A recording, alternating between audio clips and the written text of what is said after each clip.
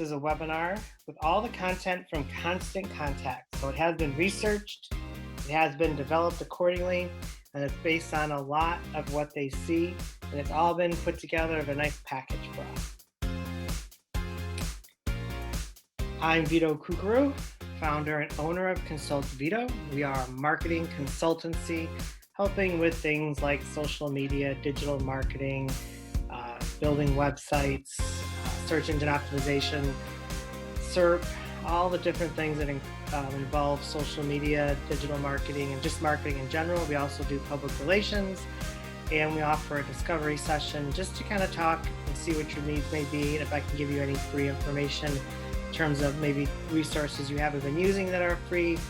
I'm always happy to do that because this webinar is part of the Greater West Bloomfield Chamber of Commerce and Consult Vito marketing series. So our goal with the chamber is to give you as much information that you can use in your own marketing efforts as much as possible and as often as possible. We do 2 webinars a month. There you have my email address. If you're interested in obtaining the slides, I can certainly send them to you. And the YouTube channel of Greater West Bloomfield Chamber of Commerce will have this recording up probably in the next few days.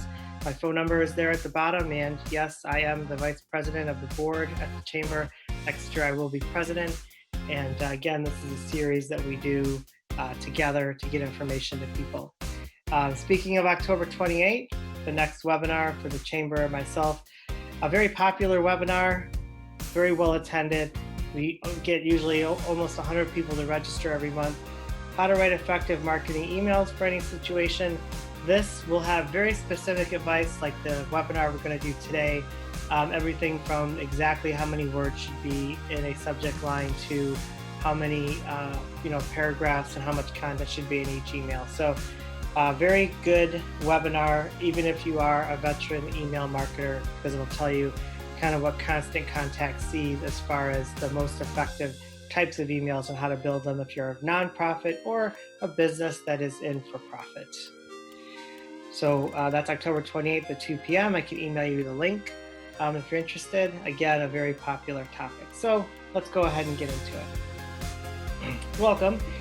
And just as an introduction, email marketing, it's a tool that helps you get the word out to communicate and to build relationships that in turn engage and encourage people to get involved with your organization or to make a purchase. And on one minor note of housekeeping, I will take questions at the end. Feel free to type them in, and we'll have a discussion about not only this webinar, but if you have any other questions about marketing that I might be able to help with as well. So email is a great tool to keep people in the know about your business and engage them to provide information that keeps your business or organization top of mind. And that's just one reason why it's important to grow your email list. You want more people because more people is going to help you grow your business or organization. That may sound like a lot of work to have a list growth strategy in place, but the truth is there are actually some tools that you can use that will save you a ton of time. When people sign up, it's going to allow you to communicate and encourage current and potential customers to do business with you or to support your organization.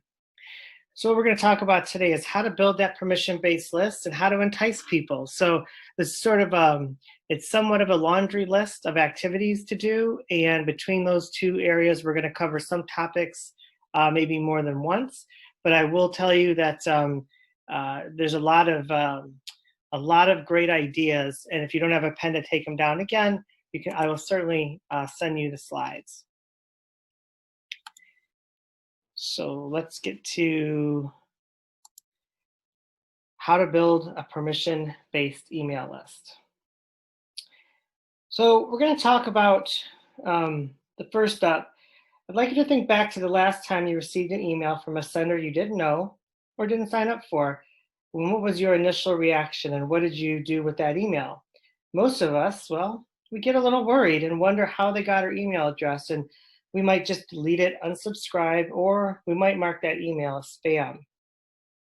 These are all very common reactions to getting email that you didn't sign up for, and all the more reason to make sure you have permission when adding people to your organization's email list. Getting permission from your email subscribers shows them respect for their privacy.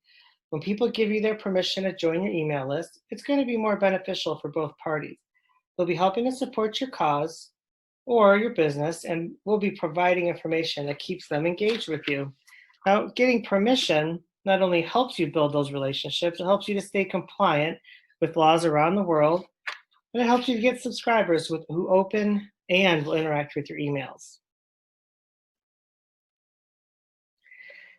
So you look at some of these when you have unsolicited emails, as everybody probably has, you're always worried, is it spam? Is someone trying to do some phishing on me? What exactly is going on? And what should you be nervous about? Which is goes back to that permission-based email. So there's a variety of ways to get people to sign up to your list, but the best way is, of course, to get them to say yes. They may verbally request to receive your emails, or they could check a box to sign up during the checkout process, or take action to sign up through an online form. Regardless of how they sign up, they need to know that they're going to receive emails from your organization. And getting permission is important, as there's a variety of ways you can do it and tools that are going to help you. So the last time you signed up for an email, how did you sign up?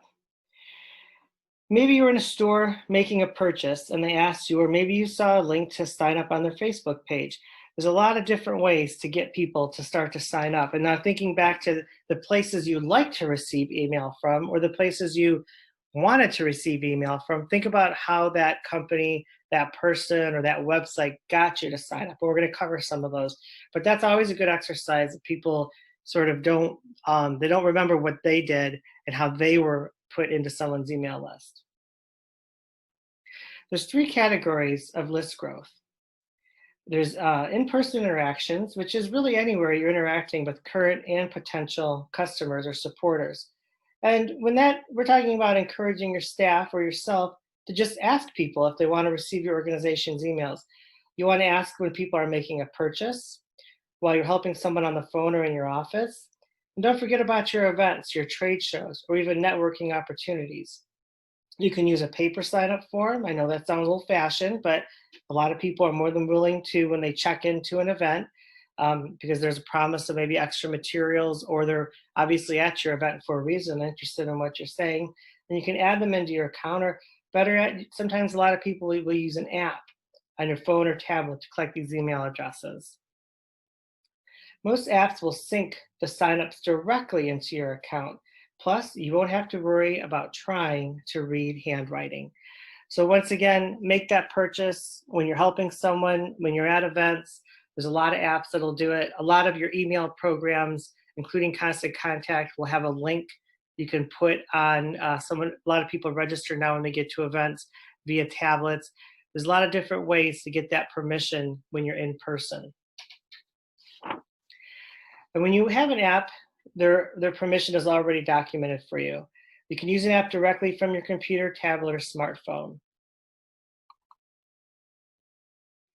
Then, of course, not everyone may see you online, so we need to take our physical presence into consideration. Think about where people see you in the physical world. If you have a brick and mortar, that's an obvious place. You want to share a sign up with signage, business cards, flyers, brochures, or direct mail. You have car wraps, window decals, anything people may see or hold. Now, a lot of different email providers, such as Constant Contact, do have join the list via text. And that's a pretty powerful way, because you may have someone's phone number and you can make them an offer to join via text. Maybe they sign up for a promotion or a deal, or as you're collecting their phone number at the register. The text function is very quick, and it'll immediately add someone to your Constant Contact, or if MailChimp has it, their list, and then you can put them in an automated workflow that has a welcome, thanks for signing up, and you may be able to send them an offer as well. So use text to sign up is relatively new, maybe the last few years, but a lot of people grow their list pretty quickly through that process, because sometimes that's all you may have is someone's phone number. Obviously, for returns or for more information, a lot of people will give you their phone number. So when you're online, and this is probably the category most people see as the obvious way to get emails, you need to take your physical presence into consideration, but again, online is usually where people say, what can I do there? Because that seems to be the most logical fit. So think about all the ways people are finding you online. You probably have a website, social media channels, and listings on a variety of other such sites such as Google My Business or even Yelp. And if you're not familiar with Google My Business, that is free. I did a webinar on that last month. I can send you a link to that. It's a very powerful tool, Google My Business, and you see those listings when you are on Google. On the right, when you look up a business, you'll see a picture of the business, their hours, and all their information. It's sort of almost like a mini site on Google. And it is a very powerful tool. And again, that is free. So I recommend you, if you're not using that, to get on that right away. And with the online category, one place people look for is obviously your website. And there's many ways that someone can find that site. And typically, a lot of people these days are only staying on your site for maybe a minute or less. So you really want that dynamic pop-up form for your site that pops up at just the right time to catch their attention. And I know that pop-up form, a lot of people see as annoying, but you can regulate and control how many times that pop-up form appears to individuals. So as an example, there are some tools that will, if you come to the website, the pop-up form will appear immediately or as you leave. But if you're the same visitor and you keep going back to the website, you can cap the number of times that individual will see the pop-up form. So if someone comes to your site 5 or 6 times, you can say, hey, we'll ask for your email 3 times, and then the 4th, 5th, and 6th time, the form doesn't come up. So there are ways to control that. And it is, a lot of people do have success with that, even though you may feel like you're inconveniencing people. For social media, that's another great opportunity. So for Facebook, there's actually an integration with Constant Contact to add to your page profile. But there's also on Facebook, and we're going to get to it a little later, there is add a button on your business page. And that button, you can add a link to sign up for whatever email provider you have, MailChimp or Constant Contact. You just add the button, put the link on, and people will be immediately taken to a sign up form. And obviously you would name that button, sign up for my email list. And again, we'll get to that a little later, but it is a powerful way to get people to sign up just by having that presence on your social media profile. And you can also, of course, advertise for people to join your list, but a lot of people would rather advertise offers. But then thinking about getting your email signature, the link to sign up for your subscribe to your newsletter. A lot of people use their signature for their credentials, or they'll use it as a best regards or thank you, or they'll put a logo or an icon. There is something to be said for putting a link to subscribe to your newsletter, and it will increase the visibility, and it also show people, obviously, who you're connected to or you're emailing every day, that you are someone who can be trusted on for content. They already believe that, so why not take the next step and sign them up for your email list? So that'll help get your current clients, that'll help get you some prospects and people you're communicating who already know you. So again, another way to get people in your email signature. So another way, of course, the online purchase or when someone's donating to your nonprofit.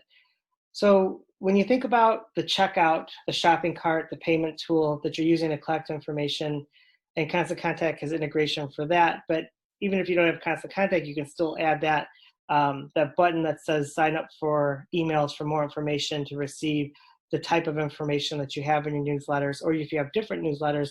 At that point, when they're checking out, you can ask to send them your email or your newsletters, because obviously they have an interest in you. They're purchasing a product from you. Why wouldn't they want to receive more information from you? So it's kind of a logical step, and you see that for some companies as you're checking out. Just check the box, or the box is already checked for them, so they can subscribe to the newsletters. So those are the 3 big buckets that you can get people on your email list. And just those big buckets, again, I'm going to go back to them because we're going to cover them some more in detail. In person, online, and print. So those are sort of the big areas that we've covered, and now we're going to get into some more details and ideas and concepts for people to use them. Okay? So now that we know the 3 ways, how can we entice people to sign up? So this is going to start to become somewhat of a laundry list of activities you can engage in. So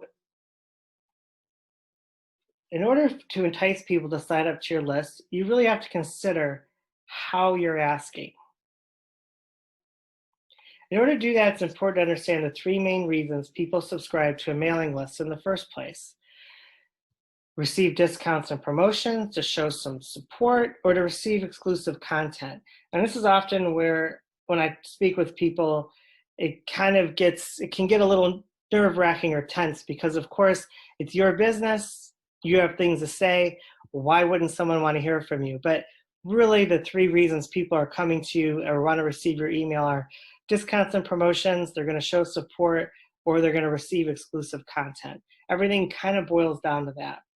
So you kind of have to keep some of those things in mind, and how to write effective emails. We cover, some of those topics and how to construct an email. But basically, it all boils down to these three areas. Many people sign up to receive discounts.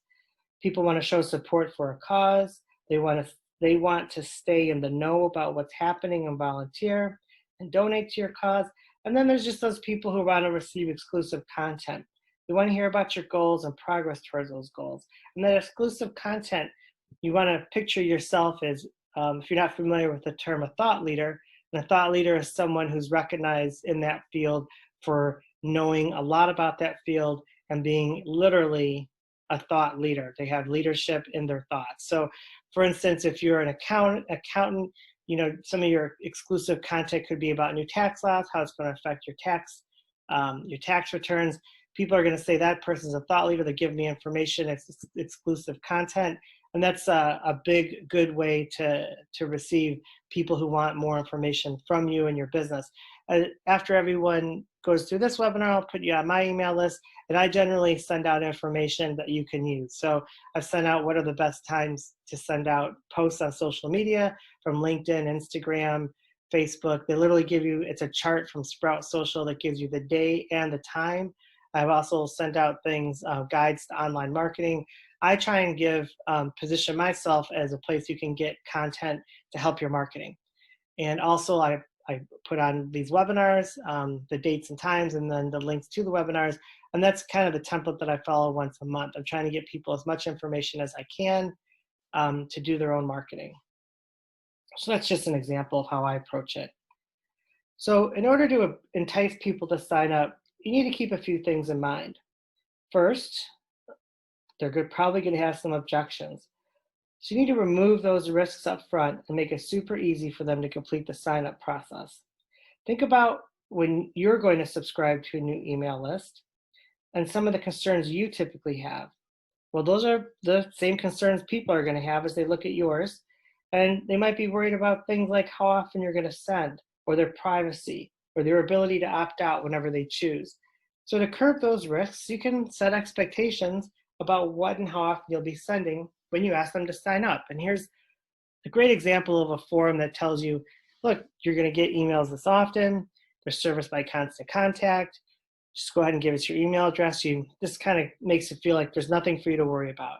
And that's really what you're trying to do, because as you probably experienced in the past, sometimes it feels like there's a lot to worry about.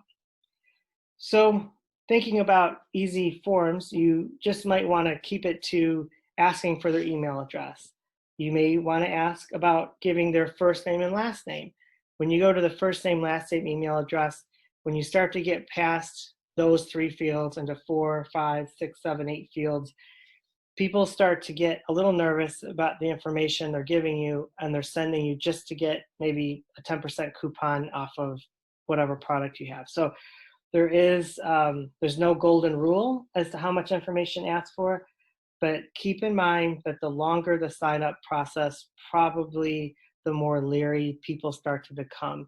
And I've seen these from business to business, when you're interested in a piece of software and suddenly you're giving them company size, your country, your state, your revenue. And at that point, it starts to make me a little uncomfortable, because obviously you're filling their CRM tool, and they're going to build their sales call and their sales team off of that. And it just suddenly, instead of becoming, I just would like to know information, they're prospecting, you're becoming a lead, and that can make some people pretty nervous. So the more simple, the better generally. Of course, if you're looking to build that CRM, then you can have as many fields as you want, but you're probably going to have more people fill it out when you're going for those less information, such as email, first name, last name.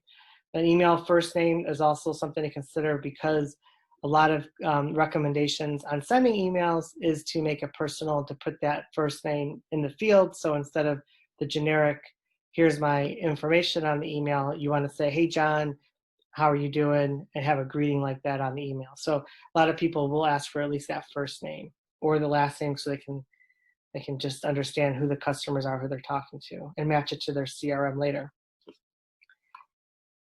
So if you're looking at the sign-up process for other small businesses around the web, which I would really recommend as you go through now, you can start to see how they're asking.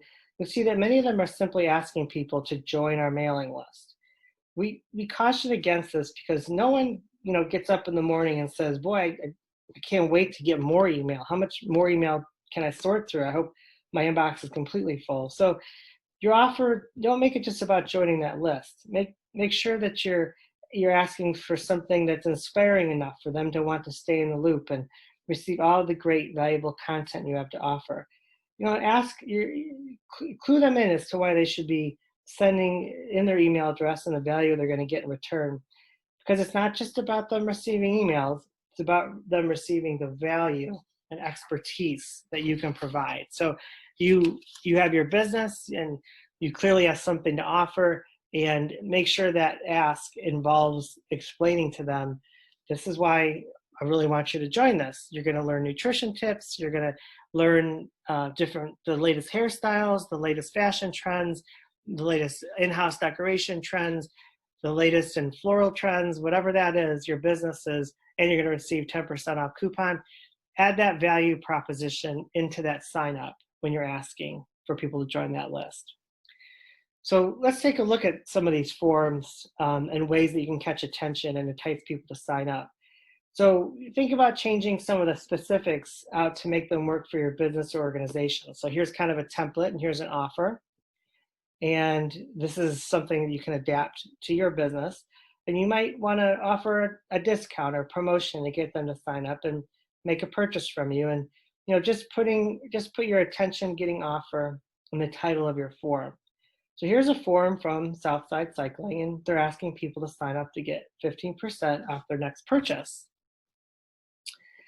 Now, and exclusive access. The description lets subscribers know they'll receive exclusive access to discounts and resources in the future, and how often they'll be receiving the emails. So that's important. So subscribers are reassured that you won't be emailing them every day, or if you're going to email them every day, you want to tell them that. So one of the big lessons in some other webinars that I give is, and one of the big questions people have is, how often should I email people? How often should they hear from me? Well, the response that we're generally told to give from Constant Contact, and I've had hours and hours of Constant Contact training on email, and one of the responses usually is, well, what did you set expectations when they signed up for your email newsletter? So if someone signs up here and they say, okay, I'm going to get no more than 2 emails a month, that's manageable. Some people would say maybe I only want 1 a month, but you can set those expectations on this kind of form. For people in nonprofit, here's a nonprofit sign up, just asking people to show their support and showing how they can make a difference. So what you have here is we're providing a valuable resource for new contacts to help both the contact and the organization accomplish their goals. These are just a few examples to get you thinking. You can really use any of these ideas and adjust them for your business, no matter which type of business you're working for. So what's that enticing offer? What are they going to get out of this relationship? So here's another example that has some exclusive content, thinking about an educational, and now we're kind of getting into these, another term would be a lead magnet, right? Think about an educational ebook, a white paper, a step-by-step product guide. Here's a pop-up from French Consulting. They're offering a free ebook entitled 10 Essential Steps to Growing Your Business on Social Media. The form also lets subscribers know that they will receive future emails to help them market their business, and they'll receive no more than 3 emails a month. So you have, okay, and we have a question. It's a great question. I'm going to address that at the end. It's about what you have on the bottom of your emails, those sign up forms. It's a great question, how those sign up forms come across. And with some of the email providers, I'll just hint at the answer. With some of the email providers, you won't have a choice because the template will force you into saying this is provided by so and so. And others, you can delete that and say it's coming from you. There's never any harm in using MailChimp or Constant Contact as a credible source of your emails. And then people recognize those names and know that you're using a platform that's well known. So, but I'll get into that a little bit more the further we go down. So now this exclusive content idea, obviously they're taking an approach of there's an exchange. You give us your email address and we'll give you a lead type magnet, which is, they're going to put you in there. And of course, you should do this. You look at everybody who's signing up for your email newsletter as possible leads, prospects, and customers.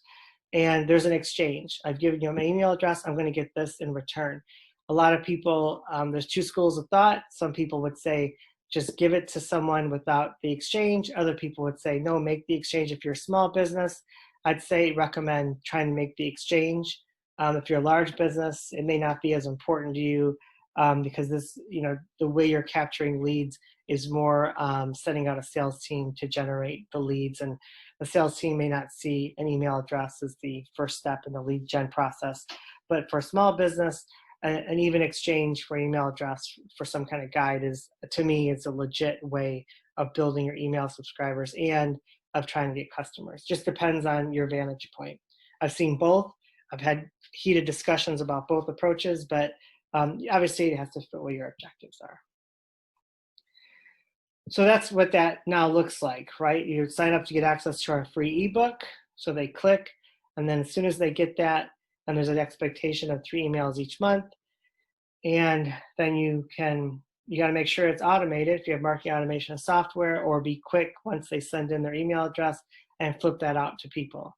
And then obviously you can, when they send that, you can send out an automated email through Constant Contact and other providers that sends it automatically, because they'll be put on, this form is usually tied to another email list, where once someone fills it out, they get put on an email list, and then it's automated to send that email with the ebook to the email address that just came in. And then there's usually a second email sent out 4 or 5 days later saying, hope you enjoyed the ebook. If you have any other questions. And then there could be a third one sent a few days later saying, by the way, here's 10% off, or here's my calendar if you'd like to schedule a call about this topic. So this email, that's an example of kind of a drip campaign lead generation. And if you're not familiar with those words, those are just a lot of highfalutin marketing talk to say you're trying to get someone to purchase and establish a relationship with them. And that's what this kind of lead magnet can do, right? Someone signs up, they get an automated email with it, then they get a thank you for taking a look at it, and then third point of contact, would you like to have a meeting? Will it work to get a meeting? It may not work every time, but it does give the subscriber a good feeling that they have been welcomed to your family of newsletter subscribers. And it can be an automated one time only, or a sequence of 3. It has been found effective for many different types of businesses, but that of course is up to you and your objective. So sometimes it can be helpful to offer that incentive or bonus. And in addition to a coupon or special offer, you can give resources that prove your credibility that lets people know you're a trustworthy business. And that's, as I said before, that's generally the approach that I've taken, is to give people marketing assistance and help, and give them the information that I feel like they could use to help their marketing. So it could be a case study or success story, always great to have a case study or testimonials. And it's the kind of bonus that will give you the credibility that you have had success and you know what you're doing and you can help them. Of course, it could be research. That's what I usually provide, as something on a marketing topic that I know people are always curious about. Or it could be something like a toolkit. Here's 5 ways to do this or 5 ways to do that. It could be recipes. It could be video tutorials, checklists, blog posts. But it just kind of gives you the additional credibility and really heft that you're helping people and that that's the business that you really want to be in. It could be links to a recording. So those are a few ideas you might use for your email strategy. And remember, it's all about the value that your organization emails provide. So it's about aligning your objective, what you want the emails to do, and then getting people to sign up and delivering on that promise. Because that's where you're really going to be measured, and why people will drop off is you promise something and they're not getting what they wanted. And that's very important to start thinking about with that objective and your business, and making sure those business goals are aligned with your marketing. And obviously, online workshops or events, I always save that one for last because that's kind of where we are today.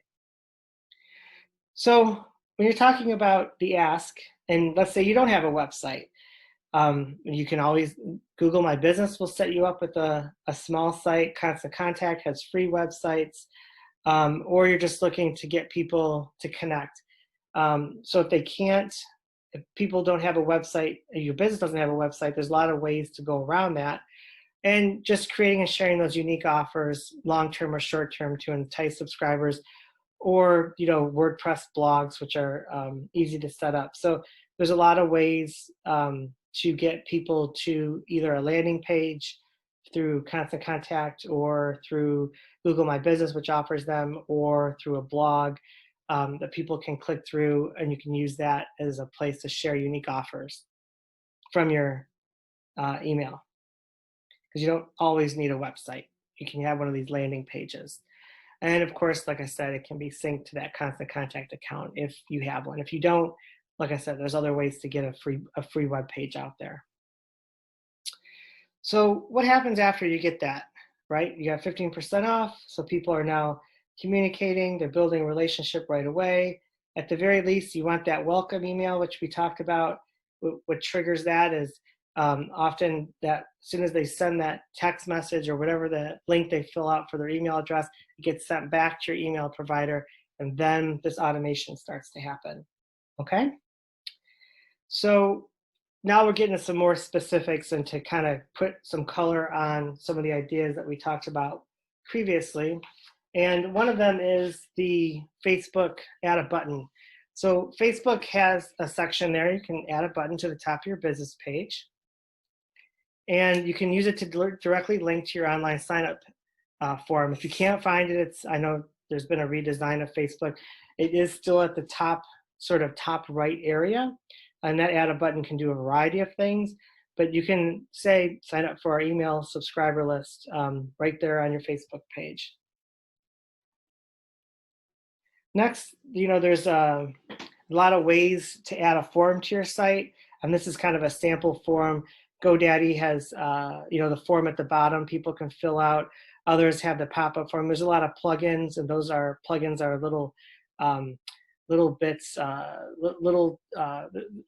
little add-ons for your website. If it's WordPress, a lot of them are free. Some of them charge a little bit per month or a one-time fee, and you can add those sign-up forms to get people enticed for your website. Here's a great example. So the other big part of what I recommend you do is, in Constant Contact, I'm sure in others, you can post your email newsletter onto your social media, and to kind of give your social media audience a taste of what they're missing. I wouldn't post on social media my newsletter every month, because then there's no reason to subscribe. But you can every now and then reference an article or send a link or post it right there on your social media feed. And if you have 400 followers on your page or 100 followers on your page, and you're starting from zero, or you have 50 people on your email list, obviously there's opportunity to grow right there. So thinking about that doesn't have to be a long ask. You can just say, hey, check out what we had in our last email newsletter. You might be missing the next one. Go ahead and sign up for it. Maybe doing that once a quarter. I wouldn't give away everything on that one every month. You can do online surveys. There's a lot of great survey tools out there. Survey Gizmo, which is just relaunched as a different name. There's Zoho. There's Survey Monkey. People can sign up, and you can add a link, at the end of the online survey. There's also a lot of email platforms that have a poll built into them, and a lot of people don't realize that Constant Contact has that for free, or MailChimp. I don't know if they have it, but right there you can not only get feedback. A lot of people ask the question, what should I put in my email newsletter? And you can always take a poll right there in your email newsletter, or you can use one of these the survey tools, and some of them are free to use on a trial to get people to sign up once they take the survey. So that's always an opportunity, is taking things from, and a lot of people don't use surveys, I know, but I would encourage you to think about surveys, especially when you're trying to understand what people want and are looking for. And if you don't have an opportunity to take a survey, I would encourage you to think about your content in terms of looking at your Google Analytics, which is a free product that you can put on your website that'll tell you age and sex and location and geography and hobbies and interests of the people who visit your site. And you can take those numbers along with your email opens, and then look at your social media interactions and really start to understand. And if you don't have a survey, to understand what people are looking for and interacting with, because a lot of people want to grow their list and they don't know where to start, and they don't know where to start as far as content, but you start to get a good look as to all the content that you have and see what's popular. So if you have events, during event registration, you can have someone say that they'd like to receive your email newsletters. That's kind of a quick way to get people to sign up, because quite frankly, they're coming to your event for a reason and they're interested in the information that you're going to give. So this is kind of, and Constant Contact has this as well, but see that little box, I'd like to receive your email newsletters. You've probably seen that a lot, and maybe you've checked it or unchecked it, or maybe some events you haven't seen it, but it is a good idea to keep that in mind. Eventbrite, all these other ones, a lot of them have, and some of them don't have that functionality, but it is worth looking at, of course. You can start a loyalty program. So a loyalty program for a lot of people is a no-brainer. I always caution people to make sure that you have the coupons have an expiration date, or the offer has an expiration date, and you have some fine print there. But a lot of people will sign up for a loyalty program. People love them. They like to see those little punches on those cards, or they like to get an email update as to where they are for their free latte. I always recommend at least giving that a consideration and trying to build an offer. Sometimes it's very difficult to build a loyalty program into some of what you do. So you have to think about a loyalty program in terms of maybe it's exclusive content, maybe it's a webinar, if you take so many actions. If you're an accounting firm, it's a very tough, how can you give someone loyalty? Well, maybe it's through referrals, or through, asking someone to get you arrange a meeting with another similar business to yours. Building up the idea of a loyalty program, if you're not selling chewing gum or a commodity, can be difficult, but it's easy to brainstorm some ideas as to how you can pull that off. And then obviously you can collect email addresses when they sign up for it. You can run a birthday club.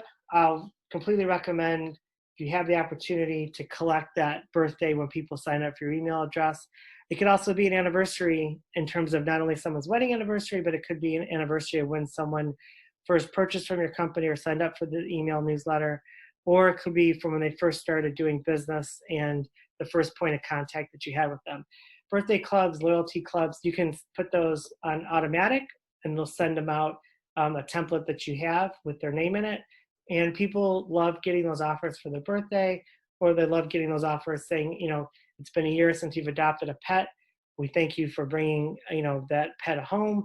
And we just want to say, hey, happy anniversary. And by the way, if you want to donate to the shelter, here's a link as well. So those types of clubs, when people see the opportunity to join a birthday club or a loyalty club, they usually take it pretty fast. And that's a great way to build your email list. The website pop-ups, like we've talked a lot about them, but I just kind of wanted to show an example. Sometimes the screen goes dark, but you can put a cap on this type of activity. I have a form on the bottom of my website for people to enter. I don't have the pop-up going, but I've often looked at it. There's no harm in the pop-up.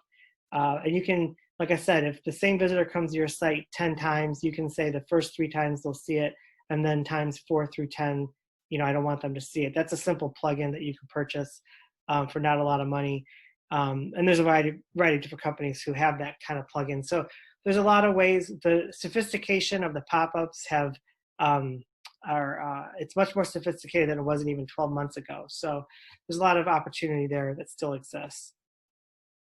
Online payment forms when someone's checking out, and we talked a little bit about that, but it is kind of almost a no-brainer if you're doing e-commerce, because they purchase something from you, but make sure that offer, whatever that newsletter is strong. So if you're selling shoes, make sure they're going to get the latest trends or a coupon. If you're, if you're an online vendor and you're selling floral arrangements, maybe after so many they can get a coupon, or that's a great way to also entice them that you have, a birthday club. You can start to incorporate some of these ideas together to entice people as to why they should subscribe. It's not all these ideas aren't necessarily to be taken in a vacuum. And in that online payment form, you can explain exactly in bullet points what someone's going to get out of it when they give their email address. Because again, they're already interested in what you have. And if you're selling rugs or carpets or promotional items, there's a good chance that they're going to want to hear from you on some topic. When you're booking appointments, so Calendly is a great tool, and Doodle polls to get people to give the times they're available. Put the email, make them register for the email address, and ask them for permission to send them information about your company, because they are going to have to put their email address in anyway to get the invite and the confirmation. So there's no harm there. They're interested in taking a meeting with you.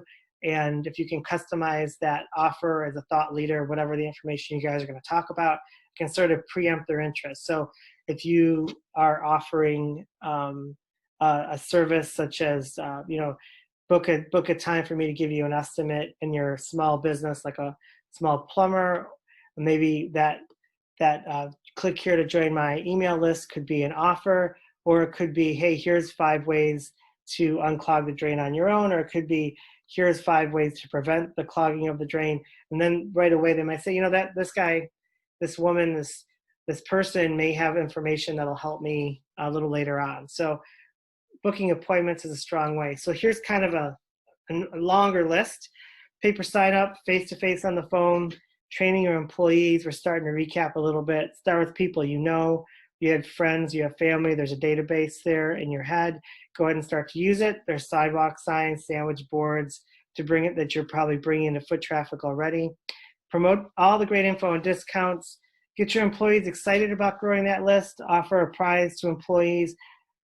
Asking your social media contacts to join that list, adding that sign up link to your profile pages.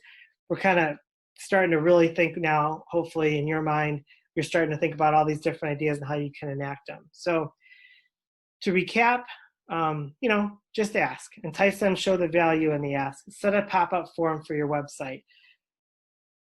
All valuable ways to grow that list.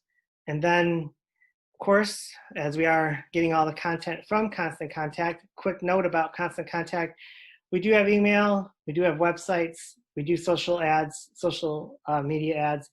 We do create logos and have e-commerce capabilities. I am a certified partner, which means I've taken hundreds of hours of training on email products and on these products, and I'm licensed to sell. You don't need to use me to buy Constant Contact, but if you ever have any questions or are curious, I can certainly answer them, and you don't have to sign necessarily up, but you can sign up for a 30-day trial with Constant Contact to get a taste of it as well. So we'll start to get into some questions and answers. But as just a note, this is me, and next month, October 28th. So let's go ahead and start to get into our questions and answers.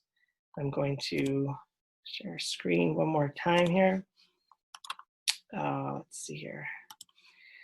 Okay, so we had a question, and feel free to start asking questions.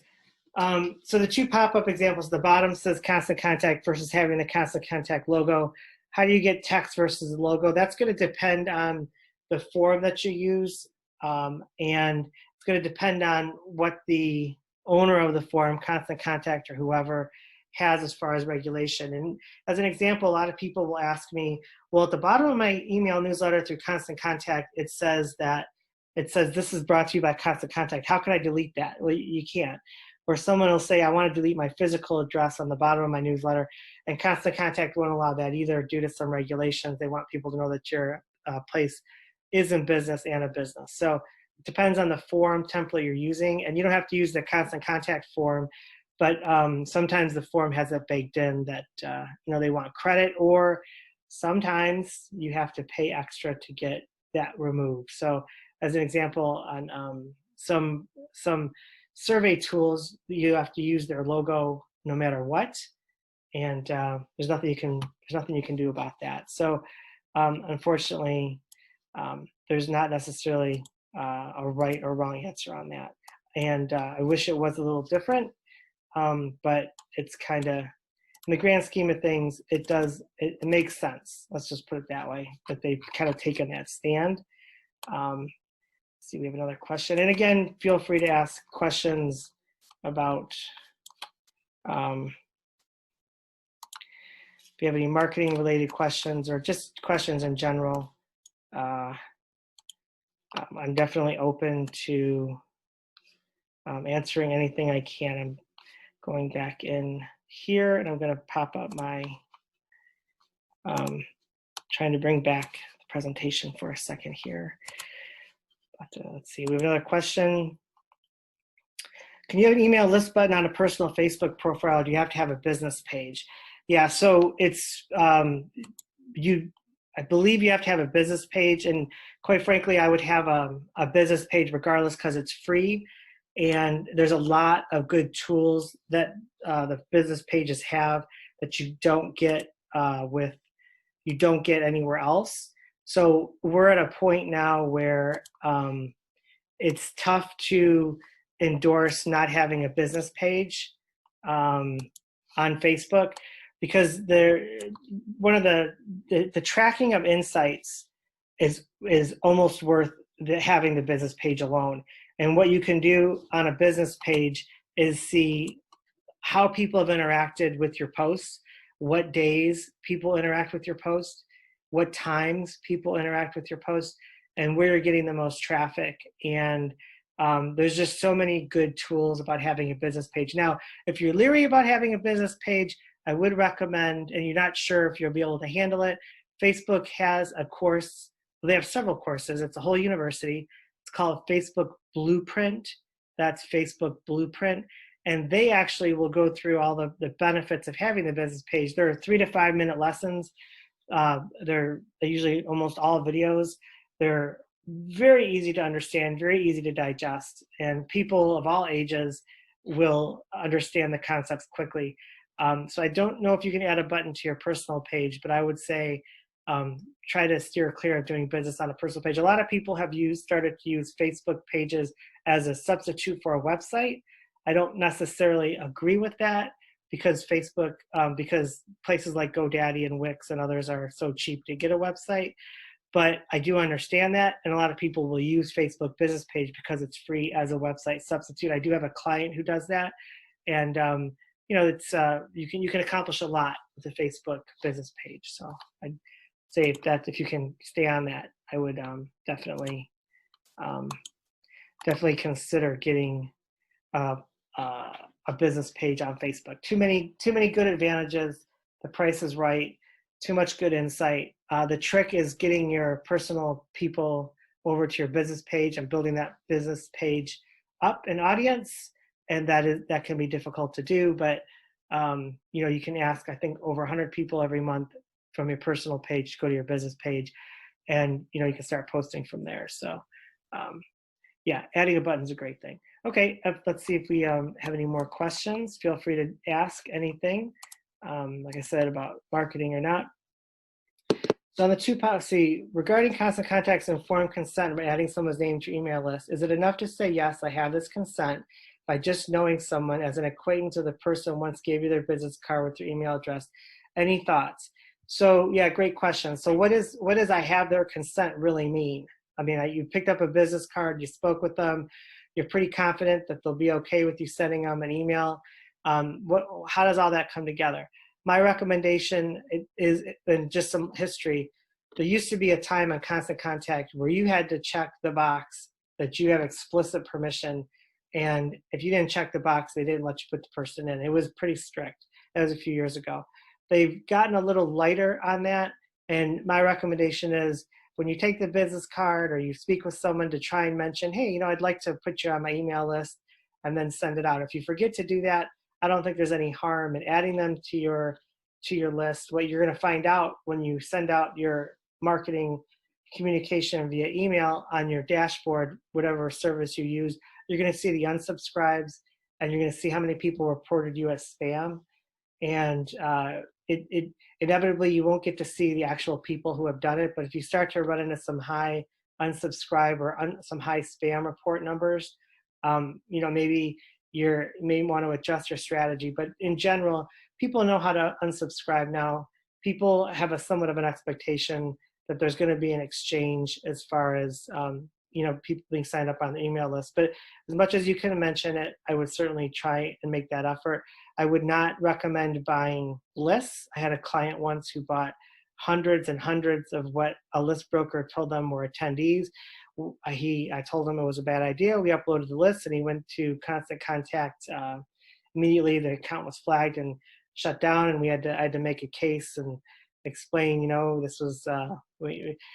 this was something that we probably shouldn't have done, and we had to have a long conversation. So, but if you're adding people in small groups and small batches, I wouldn't worry. And I'm talking about adding by the thousands and by the hundreds out of nowhere. I wouldn't do that. But I think once you start a relationship with someone and you can casually mention, I have an email list I think you're going to be interested in, generally people unsubscribe. You're never going to be able to control it completely. But this whole webinar, and of course the official line will always be permission-based, right? Permission-based, permission-based. So it's not as fine a line as it used to be, but I would certainly try and mention, hey, we want to put you on our email list. There's going to be some great offers. So as much as you can, I would do that. Let's see. So that's always there's one thing people always ask, because it makes people really nervous. I only have 5 people on my email list. I only have 10. I really want to build it up. Well, there's a lot of ways to build it up, and we went over that today. But just realize that email marketing, you obviously want people who are interested in what you have to say, and it can be a longer journey, a long-term journey, and that's obviously hard to tell a chief marketing officer or the CEO, whoever you're working for. But when you start buying lists, you start to get in trouble. And as you build your list and you make offers and you start to see what people are interested in, the content, those relationships get stronger and people have a better reaction. A lot of people will say purge your list every 2 years of people who don't react. My opinion is, as long as they're not unsubscribed and they're not, and you're still going through, it may be worthwhile, because people are still looking at your email, perhaps, or interested in getting the information, but maybe they're just not clicking through like you want them. So having a strong list, what does that mean? That's time for another topic. But growing that list gradually every month, and in all these smaller activities, what you're going to have is a strong, robust group of people who are looking forward to hearing what you have to say. And today's kind of a long laundry list on how to grow your list. And all these ideas can be used at different points in the process. So one of the things I always recommend is try to imagine the customer, the potential prospect, the potential email subscriber. Where are they? Where have they gone? What have they done? And how have they gotten there? So, and what do they actually want from you? And what inevitably people start to ask, they start to do some self-reflection and think about how they have signed up on lists, why they have signed up on lists, and what information they most enjoy getting from the places they most enjoy getting it, and what is the common denominator and all that. And you start to see some patterns. So in other words, some people, some companies may just send out information that are almost like an online catalog. They don't get a lot of reaction. A lot of people don't look forward to that. But other people who have a more meaningful conversation in terms of what that store does or the things they're doing and the activities in the world, that tends to be a stronger bond. So think about your personal experience on email and what you enjoy receiving and that'll help guide you as to how you want to get these people to sign up. Obviously, making a purchase, obviously, going to an event, these are powerful indications people are interested in what you have to say and won't mind hearing from you. And then all the forms are obviously, once they click permission yes, then it's obviously a strong indication. So see if there's any more questions. And again, feel free to ask about, if you're curious about other marketing topics, or, if there's, if you have any questions about, I don't know, social media or digital marketing or paid advertising or Google products. We have a membership with Grow with Google, the Chamber does. And basically some of these webinars I give are from Google. And so I'm pretty well conversant on Google products, simply because of that relationship. I've given webinars on those topics. So if there's anything that you are curious about on those products as well, I can hopefully address. Or if you're curious about lead generation, or, trying to get some nagging questions answered, feel free to ask. This is like I said, it's a webinar put on by a Chamber of Commerce and myself. So do you have a question specifically about, lead generation and drip campaigns, sort of a more formal definition? I would say in the old days, we called them sales funnels. In the old days, we called them, we called them, at the top of the funnel was awareness, then there was consideration, then there was, people reviewed, and then people purchased, sort of, and generally speaking with the sales funnel. Today, a lot of people have converted that terminology to drip campaigns and lead generation, and they've kind of made it more of a step 1 to step 4 to get to purchase. So what they try to outline are activities they're going to do to people to try and move them in the purchase process, which in the old days, let's try to move them down the sales funnel. So it may be, the first step is get the email address. The second step is to start putting them on the monthly list. Then the third step might be to make them an offer, to ask if they're interested in purchasing in the next 10 months, 12 months, or if they're going to sell their house in the next 12 months, kind of get the timing on what they're doing. And you can define those steps in the lead gen process and the activities accordingly. So for a small business, you start thinking about how people purchase and what the purchase path is and how long it takes people to purchase. Obviously, for chewing gum, it's pretty short, but for, a law firm or an accounting firm, it might be a little bit longer. And you start thinking about what they go through, and then you start to apply tactics to reach them at every step of the pathway. So thought leadership's a big thing. All the lead gen stuff we talked about all comes into play. So there was a kind of a question about that, because I did mention it a couple times. So any other questions? We're kind of running up against the hour.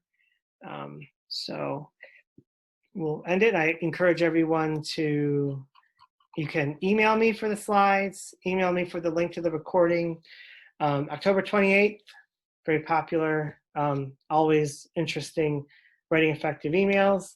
It's going to be a little bit different presentation than I have done in the past. It's an updated version.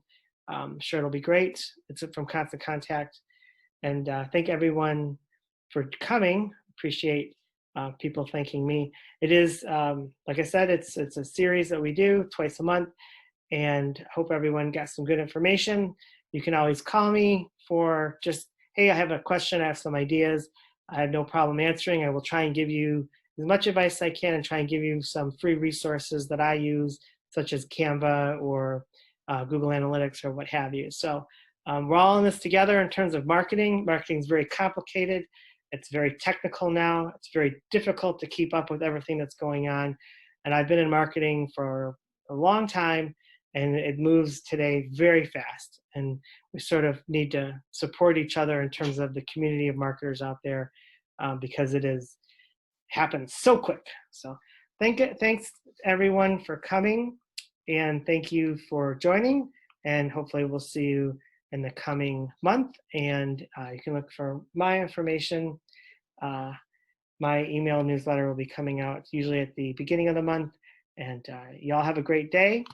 Appreciate you coming, and have a wonderful weekend. Enjoy the fall weather wherever you are. Thanks again.